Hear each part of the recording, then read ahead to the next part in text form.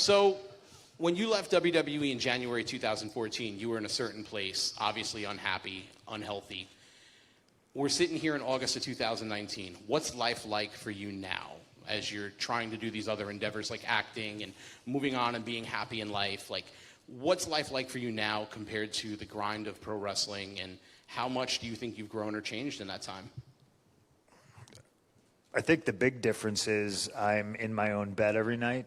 And even if that's not necessarily my own bed in my own house in my city, I'm centrally somewhere. You know, like shooting a movie, I go back to the same spot every single time, and I can sleep and I can rest. And there's days off, and there's different things that help you along. Life for me now is I'm pretty fortunate, you know, and it's obviously, I think, you know, thank you to everybody here who's ever, you know, bought a shirt, come to see a show, bought a comic book. You know, I've been, I don't like to say blessed. It feels really religious. Fortunate. I've been fortunate that everybody has supported me. So it's pretty cool. I get to do what I want, you know, and what I want to do is hang out with my wife, hang out with my dog. And, you know, again, I'm fortunate enough to have people reach out and say, hey, you want to do this movie? Do you want to write this comic book? I think that's, for a poor kid from Chicago, I think that's pretty fucking cool. Well, let's talk about the movies. You got a couple coming out. Girl on the Third Floor, which is the first film that you are the star of. It's going to start to roll out in October. And then you did the Sasko Sisters, Rabid, the remake of the David Cronenberg film. Talk a little bit about what it's like playing someone other than CM Punk, which I have to assume is almost like having your own. Punk's probably like your shadow in a lot of ways. And a lot of you as CM Punk. What's it like stepping out of that and playing a different role? It's fun.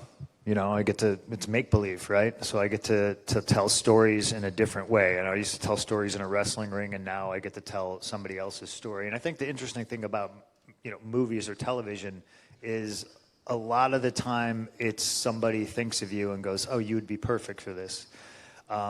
So far, the two roles that I've had in movies, the guys are pretty much jerks, so that tells you a lot of what my friends think of me. But it's a lot of fun, you know. I think the Saskas are tremendously awesome. I've been fans of them for I don't know how many years, and it's just because I randomly stumbled upon their first film, Dead Hooker in a Trunk.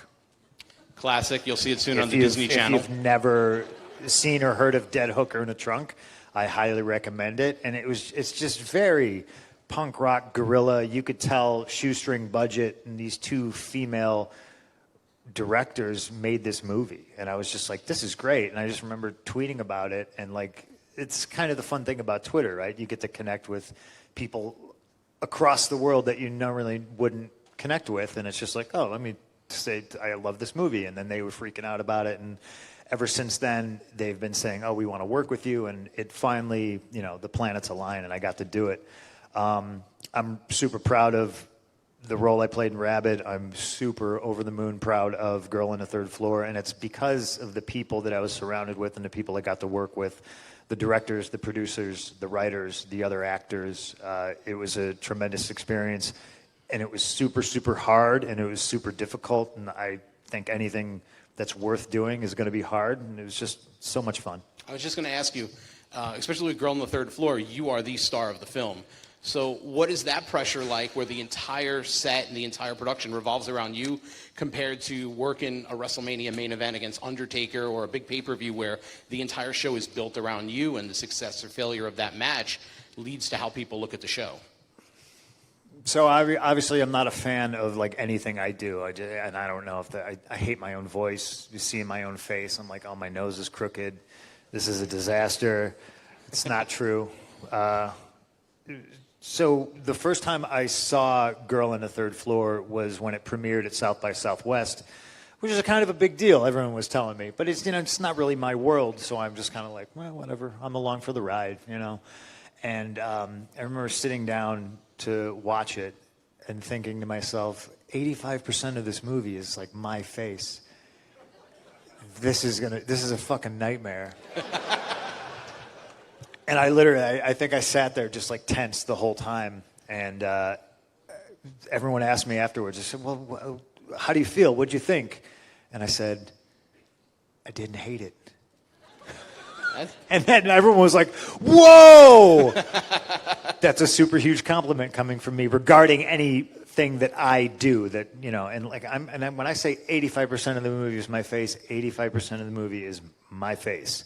Getting shit thrown at it, it is brutal. But I'm really happy with it. And I think one of the more fascinating things about it is everybody who's seen it, across the board, I saw one negative review, and it was hilariously written, and it was just a comment about me where the person said, "So-called Phil Brooks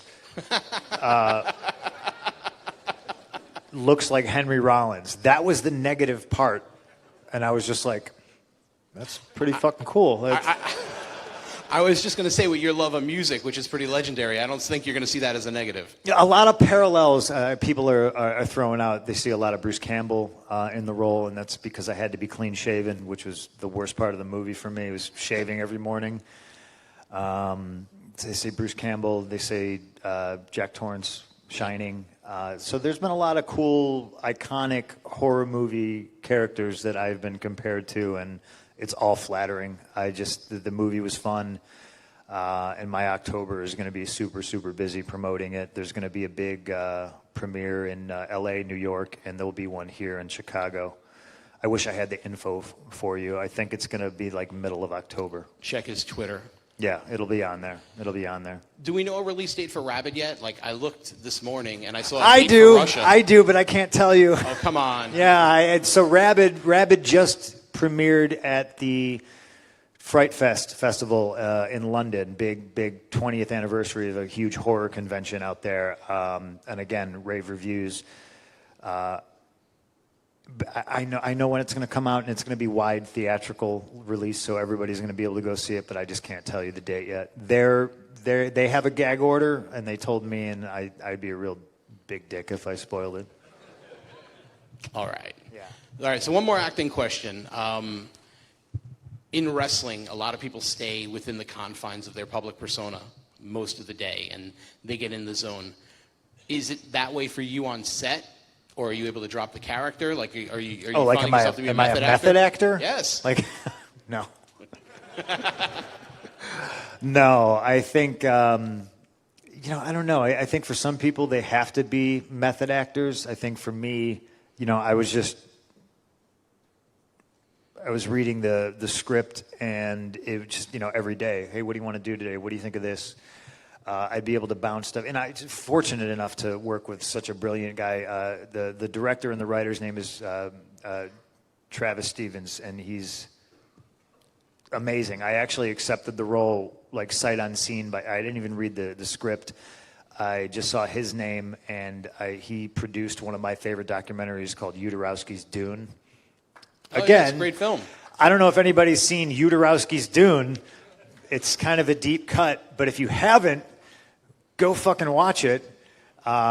It was a revelation to me. I was sitting in the theater. I was sitting in a Music Box Theater watching Udarowski's Dune, and this is shortly after I had left WWE, and I remember just looking at the screen and going, I am Udarowski's Dune. And if you've seen it, you'll understand that comment, and if you haven't seen it, go watch it if you want to understand that comment. All right. So